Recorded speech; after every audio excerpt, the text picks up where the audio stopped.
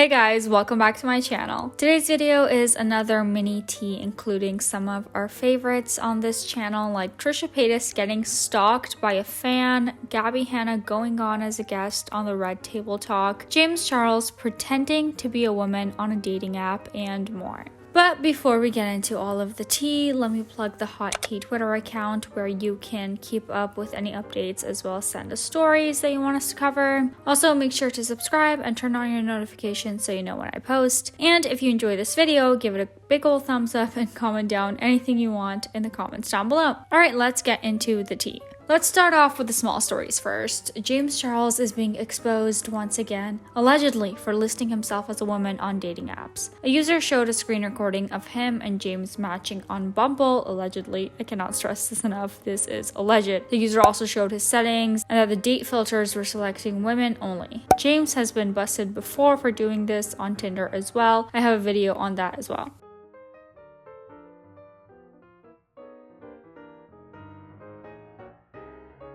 Next, we have Ryland Adams talking about Shane's comeback. Ryland and Lizzie discussed it briefly on the recent episode of their podcast called The Sip. We've covered Shane's comeback and everything before that, so make sure to watch my last few videos on that topic because apparently you guys haven't seen them.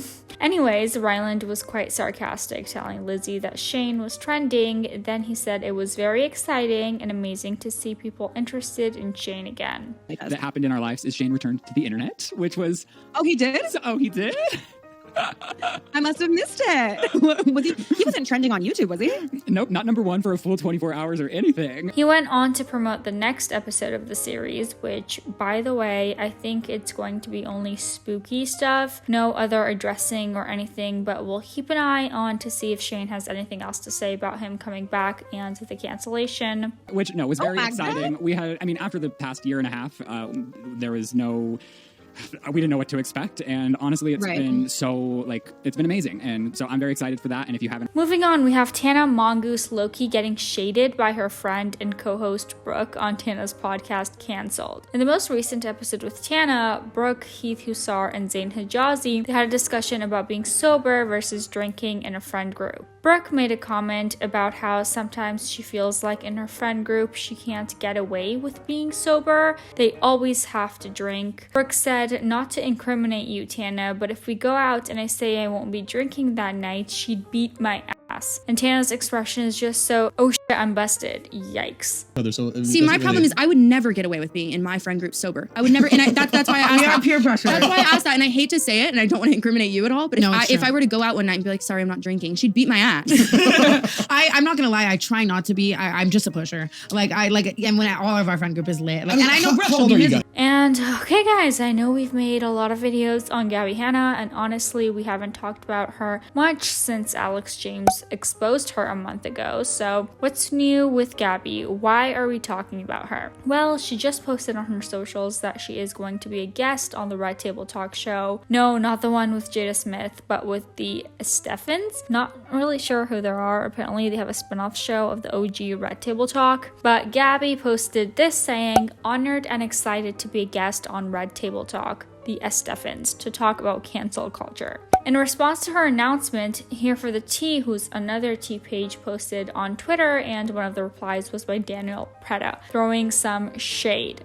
Hope they had healthy options on set. If you guys remember, when Gabbie came out with her series a few months ago, one of the episodes was about her experience working on set of Escape the Night with Joey Graceffa and Daniel Preda. Basically, she confessed to acting like a bitch, but also blamed the production and said that they didn't accommodate her at all. Later on, Daniel made his response video to Gabbie, and a bunch of other co-stars came out on Twitter as well to confirm his side of the story. We have all of this covered, so make sure to check out these videos as well. So Daniel is referring to Gabbie's complaints about the lack of healthy food on her Escape the Night season, and people thought his comment was brutal. Also, here are some of the reactions that people had on Gabbie going on the show. One person said, won't be watching this episode, this is quite disappointing. They are giving her a platform. I hope they researched her and know what they're getting themselves into. Can't wait for the gaslight session. I hate that holding influencers accountable has now been labeled cancel culture as if they are the victims.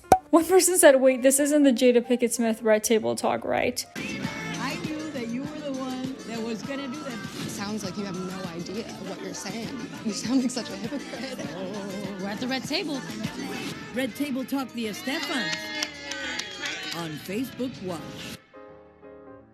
And our main story for today is Trisha Paytas. Yes, our favorite drama queen once again. Although this time the tea about Trisha is a bit 50-50. So what happened with Trisha, you may ask? Well, a few days ago she was filming in her car doing another mukbang vlog, and apparently a middle-aged man approached her and knocked on her window. Trisha said that the man was showing her his phone and his kids facetiming him because they are fans of Trisha and he wanted for her to say hi to them. She said that she wasn't comfortable with this approach and she wasn't okay with this as it was crossing her personal space boundaries. Trish said that when she's in her car, that's her own private space and it's like she's in her house, so she doesn't feel obligated to talk to fans. She said that if she's out in public, then she would meet with a fan. Inside my car. When I'm in my car, that's like being at my house. You don't just knock on the window and demand me to talk to your kids. Like, if we're out and about, okay, I'm outside my car, okay. Like, Trisha then mentioned the guy followed her as she was moving from the parking lot that she was in. She wasn't happy with his actions and she called the guy out. She also made a comment about how this man should get his kids taken away from him because he is acting creepy towards her. If your father was at an Arby's at freaking 3 o'clock at Thousand Oaks on Tuesday, October 12th, FaceTiming, recording me being like, oh, she's not taking off. Your father is a complete nitwit, and hopefully somebody will step in and take you guys away from him. That person should not be raising you because that is an invasive, aggressive person, and I can't even imagine how he is like with a kid. She made several TikToks as well as a video of the man. Hey TikTok, what's up? So I have recently lost 25 pounds. I can't. I don't want to.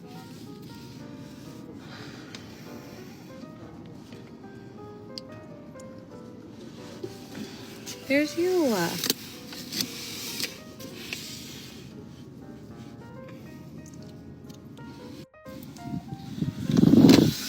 This guy just...